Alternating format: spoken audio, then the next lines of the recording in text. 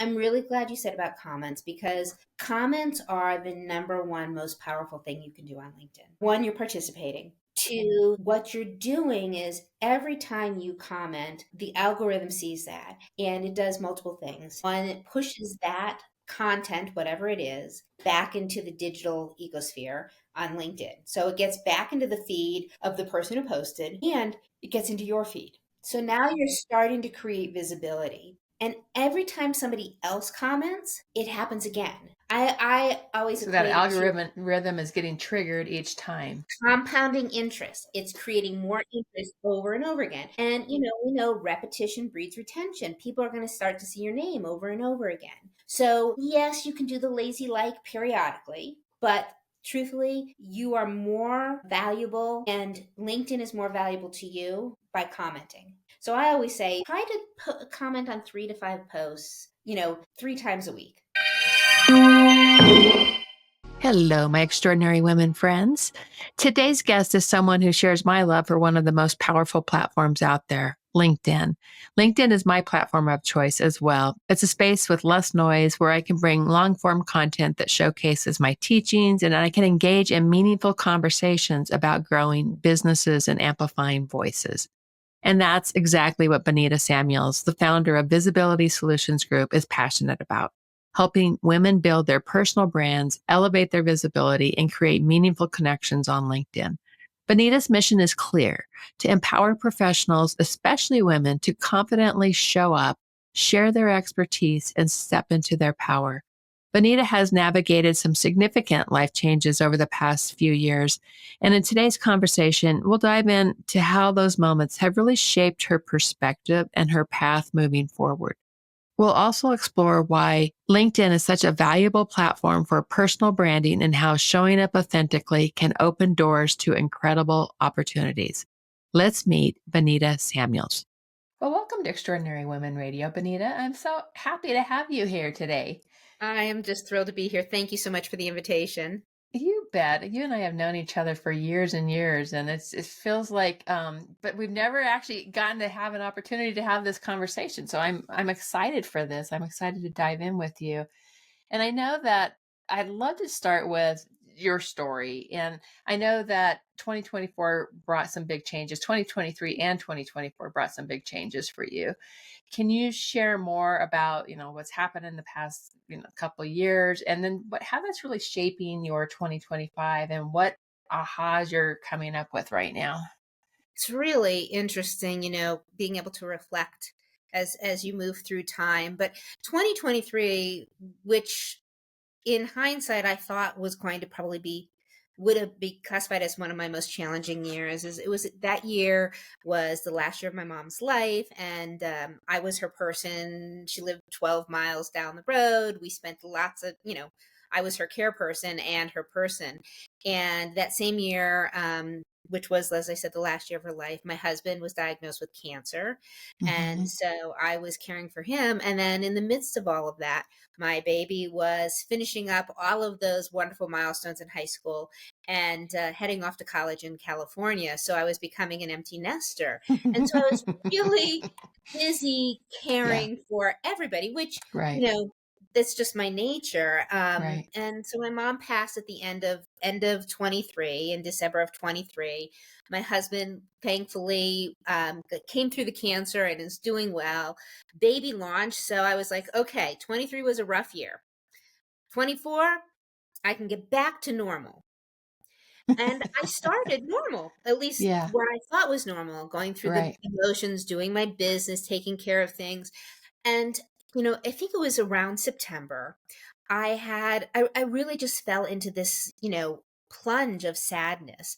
Mm-hmm. Um, and it was then that I started to recognize that there wasn't a normal for me anymore. Mm-hmm. Even though in January, all of that rough stuff was behind me, those 9 months were really tough because I was trying to get back to something that didn't exist. I didn't have anybody to care for.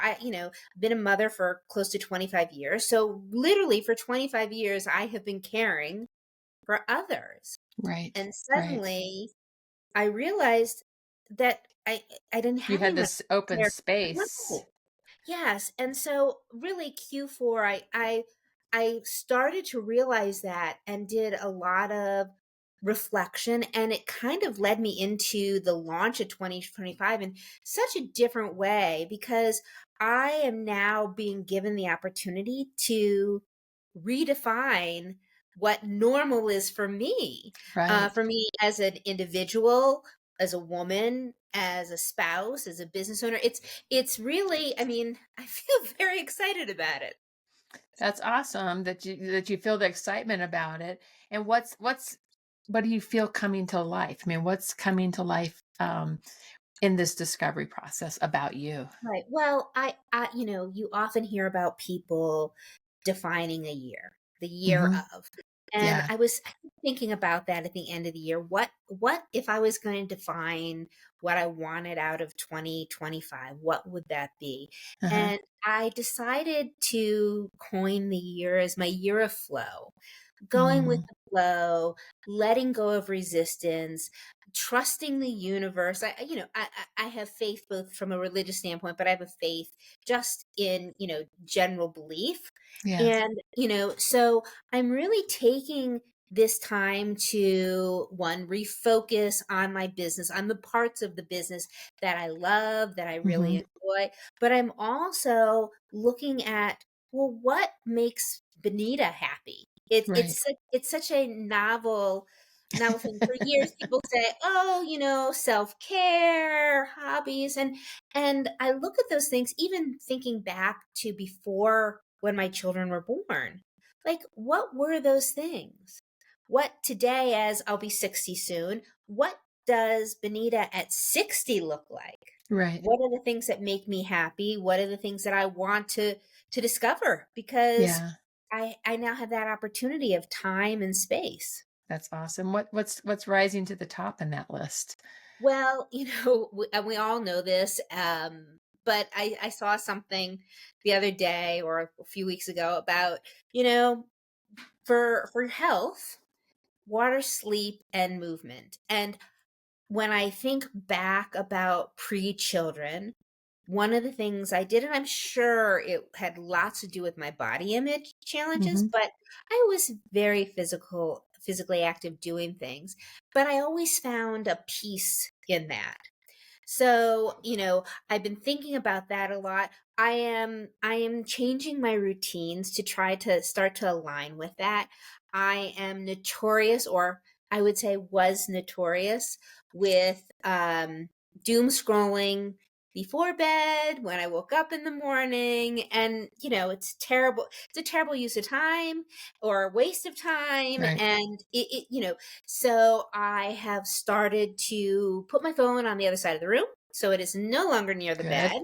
Good. Um, and I have made sure that I've started to be in bed with the light out at Hmm. 10 o'clock, Hmm. which, I'm a good sleeper.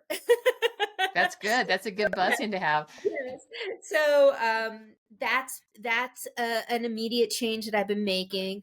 I've been getting up and walking, Yeah. trying to start to build that endurance and the pleasure that I got from being outside and doing those things. My husband just recently retired, so getting him on the game as well. Yeah. And the other thing is I started during Q4 um every day writing down gratitude. Hmm. You hear this from lots of people. I write down 10 things I'm grateful for. Yeah. I'm writing down my mantra for the year of, going with the flow and looking at ways that I can serve myself as well as serving people in the ways that give me joy. So, it's a lot of, I guess, spiritual and mental, Yeah. you Yeah. know? I like it. And we come through these times in our life where things shift and change that puts us into a new space, which is what you found yourself in. Then you've got a milestone birthday coming up on top of that. And it's certainly it's a big transformation for us when we lose a parent. I mean, I can attest to that. So that journey that you've come through and like all the things all at once and this openness that you're feeling is opening to new possibilities, right? It's like to me, it feels really expansive. And so I'm excited for you that you're feeling this newness and trusting that, what's supposed to flow into your world is, but also taking the actions alongside of that Yeah. that keep that that help you go back to that who you are. I'm a big believer in coming back to who we are. It's really, and I'm sure you and many of your listeners understand this, in that you don't really understand grief and Yeah. how it's going to materialize in your life. Hmm. I knew my mom was old. She had a long, beautiful life. She was almost 94. Okay. And I had the gift of having her live near me for 10 years. Yeah. And so, but I knew that she was at the end stages of her life. Yeah. Um, and it was the But right it doesn't time. make grief easier. It does And not make it I easier. don't really know. Yeah. I said to my husband at one point, I'm really missing my mom today. Yeah. And he said, honey, you say that every day. Yeah. Yeah. Yeah.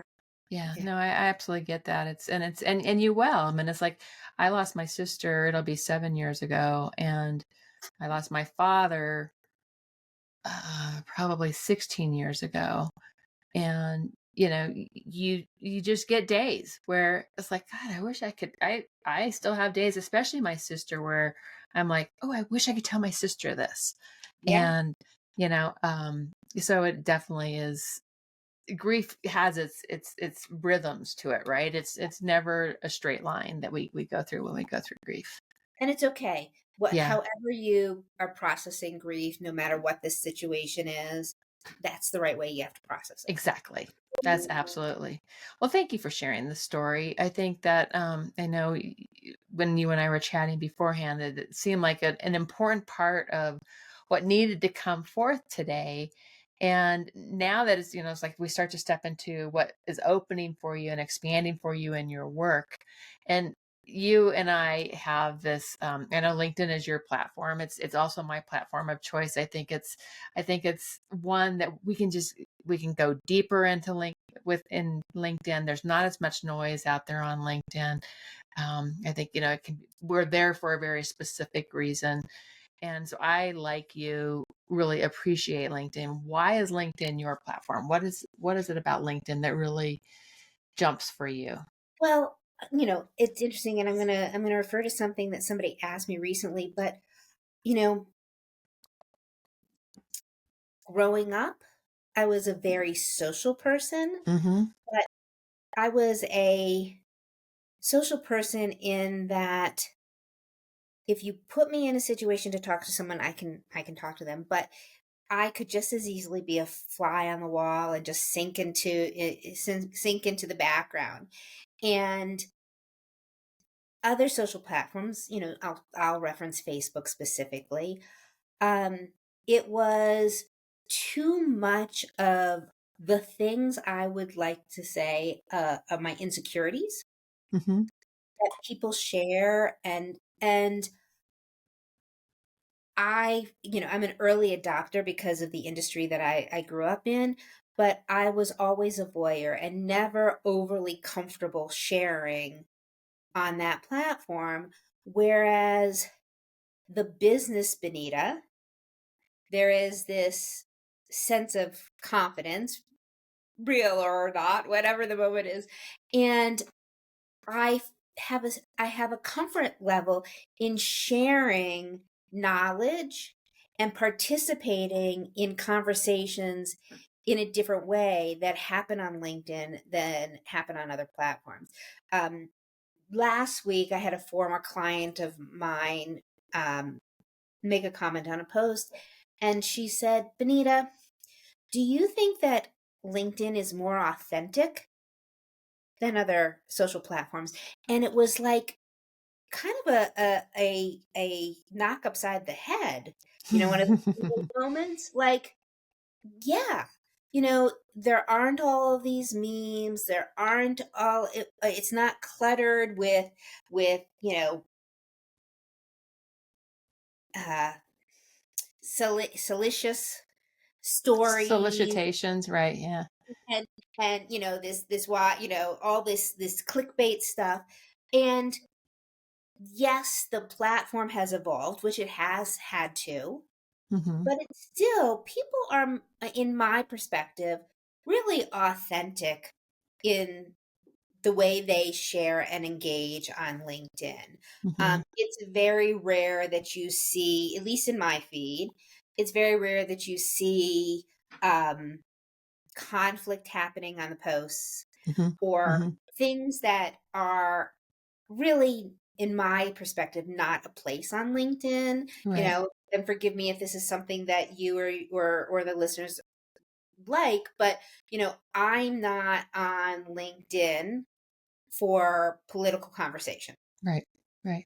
Um, Either am and I. So I don't in my feed, I don't see that very often. yeah. For me, it's very rare. Also, the way I participate in LinkedIn, it speaks to the algorithms. But Yeah. I think the thing that really I like so much about LinkedIn is, one, people are genuine. They're there to participate, engage, and want to talk to you. I mean, generally speaking, if anybody reaches out to me and says, "Hey, Benita, I see you're connected with so and so." Now, I've got thousands of connections. I don't know all those people personally, but Right. I will absolutely say, I don't know this person personally, but I'm happy to reach out and make an introduction, Yeah. because people understand that it's not really a social network or social media, it's Hmm. social networking. Yeah. Really, that I word. like it too from because you can definitely tell, you can tell the history of somebody. You can really understand where they've come, where they're at. You can really get to know people at a different level there versus just a kind of a blind um um you don't have any of the background information on Right. someone. So Yeah. I've always liked that. I know I heard you talk about the trust, that there's a level of trust, and we're in a period of time where there's a lack of trust Yeah. when it comes to social media, when it comes to connections that, people that you don't really know. You have to earn that trust. When you think about LinkedIn from a trust perspective, what comes to mind for you? Well, so firstly, I'm sure you know, Cami, that LinkedIn is considered the number one most trusted social platform out there. That's been the case for more than a dozen years from general population voting. Okay, Um, and I didn't know that. Yes, Yeah. yeah. And, they do a whole survey on it. Also, when you think about it, when you think of, breaches and things like that, how often have you heard about LinkedIn being in the news for breaches and data and all of Mm, that? It's not something that generally happens. The other thing is, I think there is more trust because the foundational aspect of LinkedIn comes from a professional business place. yeah. And people understand that you've got your private personality and your business Mhm. personality, and I think people are showing up there in a way that they want you to see them in this vein. um there was something I was just going to say there, because the we've all heard it a million times, the know like trust factor. Mhm. Mhm. We all know that from a social platform perspective, um, there is a false sense of reality there. Yeah. I tell the story of years ago. My daughter was probably 12 or 13, and she was in the kitchen with her dad. And my office is not far from the kitchen, and I hear them arguing. And I go out to see what's going on, and they're arguing about Kim Kardashian. Now, you can love Kim, you can hate Kim. She's a brilliant businesswoman. But the argument was, my husband must have said something, and my daughter was like, "No, that's not true. That's not how it is. I know Kim, Kim this, Kim that." Well, my daughter doesn't know Kim Kardashian, and Kim Kardashian doesn't know my daughter. But because of the exchange on social media, there is this sense of relationship. And on LinkedIn, the relationships are being built from what people are sharing and how you're interacting. So the reality is when you're using LinkedIn strategically and you're showing up on LinkedIn, people already feel like they know you. Yeah. And so there's already the start of a built-in trust. Also, because people can check you out in a different way, like you were saying before, you Right. know, and over the last, I guess it's 18 months now, LinkedIn instituted the opportunity to verify your platform. Hmm. And Which I haven't done, by the way. So convince me why I should. well, there are multiple reasons. One, simply from an algorithm standpoint, by Hmm. verifying your profile, it shows that you're a real person. And Okay. that the whole essence of the verification process was to eliminate or minimize the fake profiles. Okay. They want, Interesting. yes, because Interesting. So when you go that, to some of these other platforms that do have so many fake yeah, yeah. profiles, interesting. Okay. And that's also you know part of their whole positioning on not liking automation. Right. Things like people who use um, automated campaigns to send out pitches Hmm. in chat, or people who use third party platforms to post content. LinkedIn doesn't like that. Right. LinkedIn Right. can They want you read in the that. system. They want Right. you being active. That's right. And they penalize you for that. So, Hmm. for those people who are using a third party tool like a HubSpot or a Hootsuite or Hmm. whatever to post their content, Yeah. I encourage them always. LinkedIn 2 years ago introduced where you can schedule right on their Yeah. platform. Yeah. You can do it up to 90 days. Do Yeah. that.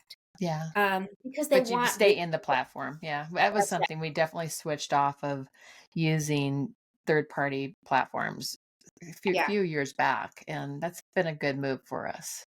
Yeah. People don't realize they think they're saving time, Yeah. but you know, it falls into the same venue of when people say, "Well, I'm posting, all the time, but I'm getting nothing." Well, Yeah. you know, 15 posts are way less valuable than one post with 15 comments. Yeah. And the other thing is I love the long form content, right? Yeah. That you can really, I think it's a perfect fit for LinkedIn to be able to do long form articles and that sort of thing. And when you think about what's shifted and for us as marketers, marketing our businesses, one of the things that's really shifted is that people are taking a lot more time. Google just did some research that said that people are consuming like 7 hours of content before they actually ever come to a buying decision, right? Yes. So little tiny snippet posts, it's going to take you forever to get there. Yeah. But if you're actually delivering something that's more meaty and more that's a longer form content that gets people to go, oh, I'm learning from this person. I want to keep following this person. That starts to change up. And I think LinkedIn is a perfect space for that. LinkedIn provides the opportunity for people, regardless of where their most comfort is. Hmm. So, I use different variables on LinkedIn. The long form, the articles are Hmm. so valuable because you do get that time and space. They also provide the opportunity for creating smaller, shorter pieces of Hmm. content Hmm. to engage and get them to the articles. I Hmm. also love the fact that I can do on my Google My Business page and drive people to the article or drive them to, if I've used that article as a blog on my Right. website. Right. Right. It really gives you lots of opportunities. The other thing in that, the 7 hours of engagement before somebody is ready to buy with you, the buyer journey there, um, video content, which we've been talking now about for years, Hmm. but the reality is it still remains the number one form of content consumption, and it has a 92% retention rate. Nice. So, So they're actually watching it through to the end. yes, make sure you put head subtitles, which I'm sure because we don't always consume with our ears. We sometimes we're looking at our phone in line or somewhere else. Yes. Yeah. Yeah. That's fascinating that, that still is staying at the top there. The video Yeah. is still staying at the top. Do you know, Cami, that um so um there are a billion users now on LinkedIn, Okay. and only 34% of them are women. Wow. I know. That's fascinating to me. I was so surprised when I What was the read number? that 30, 30. 34%. Wow. Wow. Right. It seems so low, right? But, if we think about it, um, and maybe this is an overreaching statement. It's not in my life, but showing up and being present like that and putting yourself out there and, having a voice. Hmm. Um, a lot of times women have been dismissed because of it, or we lack the confidence to do it. So it was a really interesting statistic overall, Yeah, totally. because I feel like it's our time. Women need to be on You and there. me both. Yes. Now I'm Yeah. going to dig into that statistic because it's one that I just read recently, because I do want to see what that is based on demographics. Yeah. Because so 3 years ago, the overall platform demographics shifted. The largest population at the end of 21 or 22. At 22, it changed. Prior to 22, the largest demographic was boomers and uh, um, Gen Xers, Hmm. which makes sense Hmm. because of our age. Hmm. And now we're aging out of the professional world, theoretically. And millennials took over. And millennials are now, I think they represent 62% of the Okay. population on LinkedIn. I would be curious to know of that 34% of women, how it breaks down by, By age group. yeah, yeah. Yeah, I'm that's gonna really do fast. Well, this. and I think the people that I know that are the women that I know that are younger tend to choose other platforms for a variety of reasons. So I think that's really interesting. And what a missed opportunity, as that I'm Right. seeing there, is for women to show up in a bigger way, be visible. So you and I have this passion for visibility and personal branding. Let's talk a little bit about that. Why is personal branding so important for for women today, especially women entrepreneurs? Well, I mean, people may not agree, but we all have a personal brand. Yeah. Oh, How do we absolutely. show up? How do we dress? How do we talk? So owning that and being present in it is only going to strengthen you and your Yeah. opportunities. Yeah. You know, being able to share your, and I think like it's an overused word, but your authentic self Hmm. But is that real. light of you, right? That's the way I talk about it. It's like walking in the light of who you are, like embodying your message is powerful.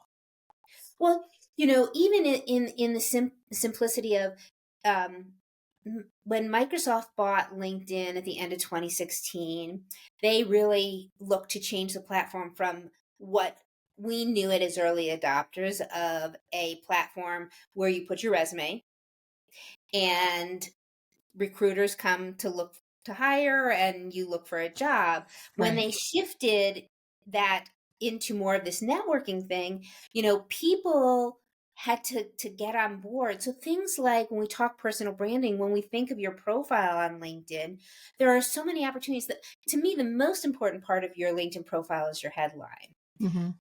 This is your first place that gives you the chance to create that personal brand. Who are you? What do you Yeah. do? What do you stand for? Take time in Uh, that headline to make sure that oh, you're really defining what you do and who you serve, right?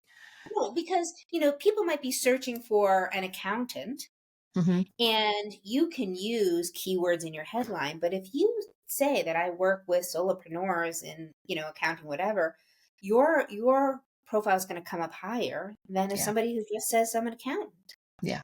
And your audience will say, "Oh yeah, that's me. I want to work with Yeah. this person."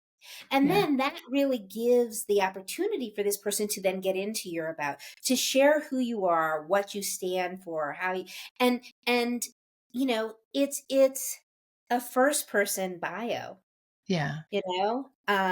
People I always say, put some personality in there. This is Yeah. who you are. Definitely. People Talking work with first person, right? yes, yes. Yeah. People do Yeah. business with people. They don't do business with companies, so to speak.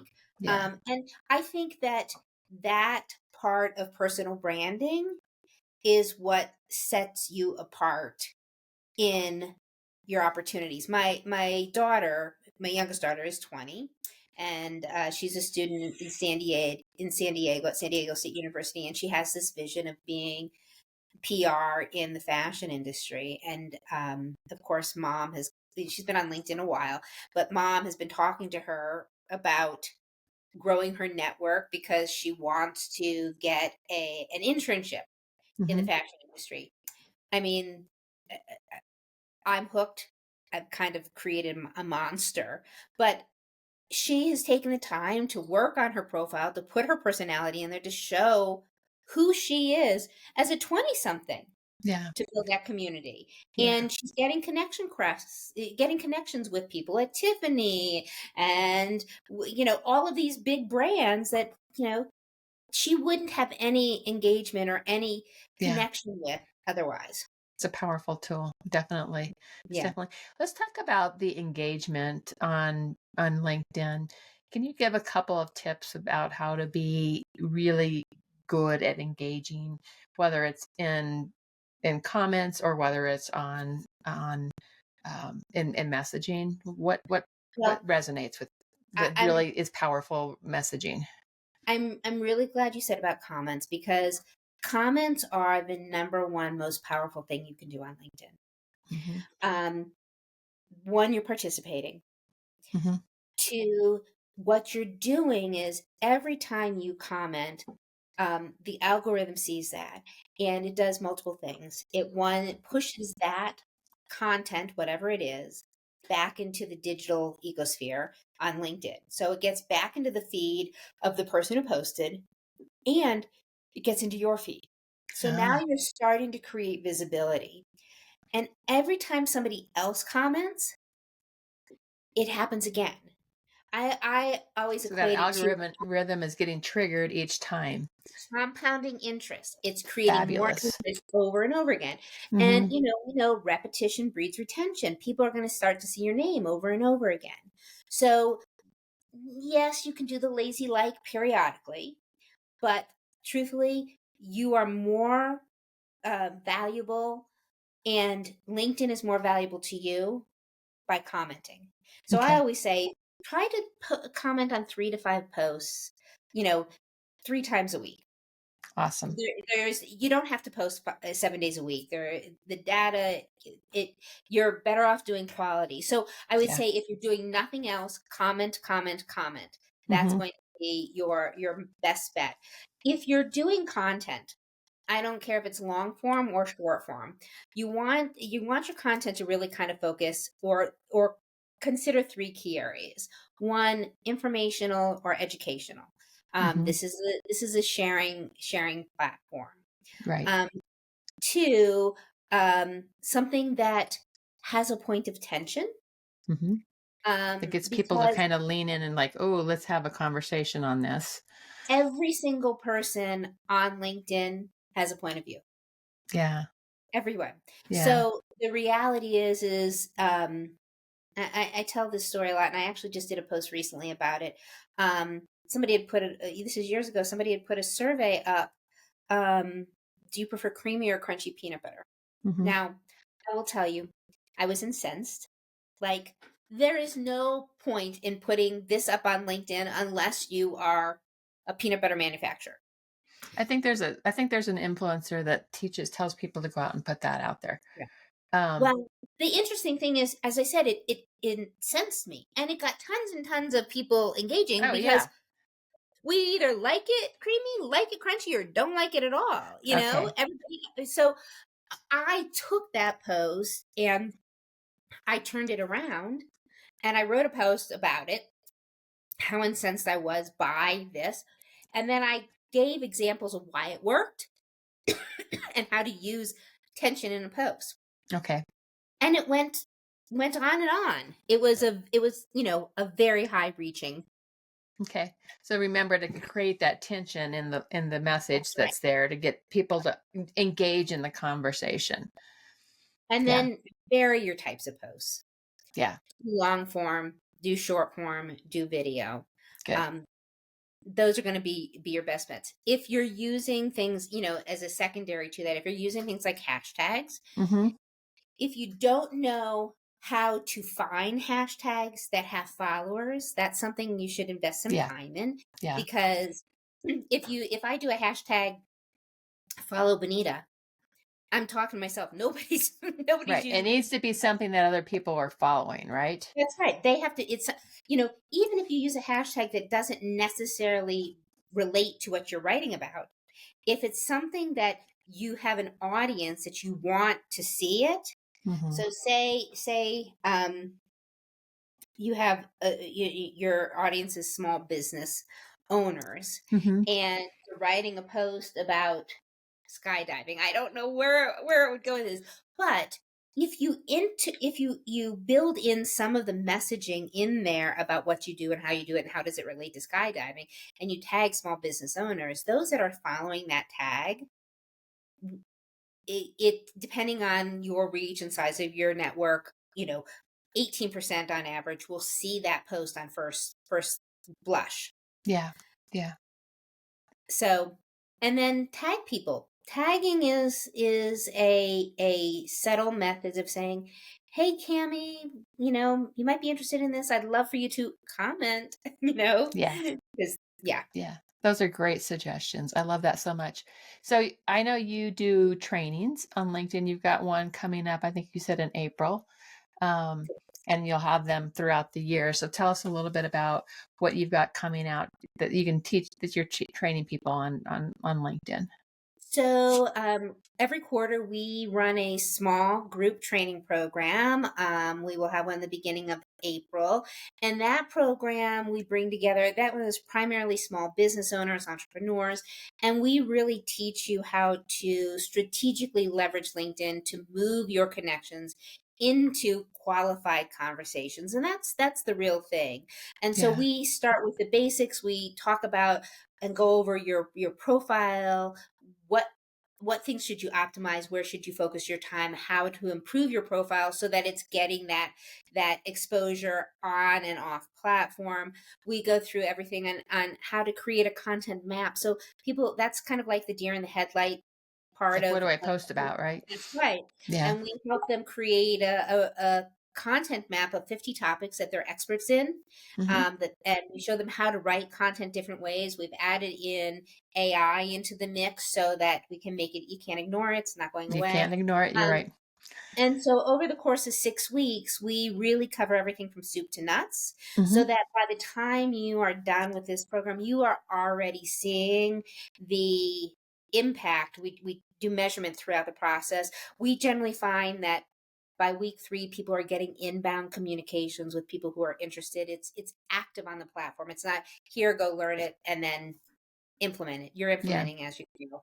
And then we work privately, and then we go into corporate and do group Excellent. trainings for sales teams as well. Fabulous. Fabulous. Where can people follow you and find out Well, information? definitely, you can always On visit LinkedIn? uh, LinkedIn. Look for Benita Samuels. There's very few of us, Benita S. Samuels, actually. And you could always visit visibilitysolutionsgroup.com. And if you go into training, there's stuff about the LinkedIn training there.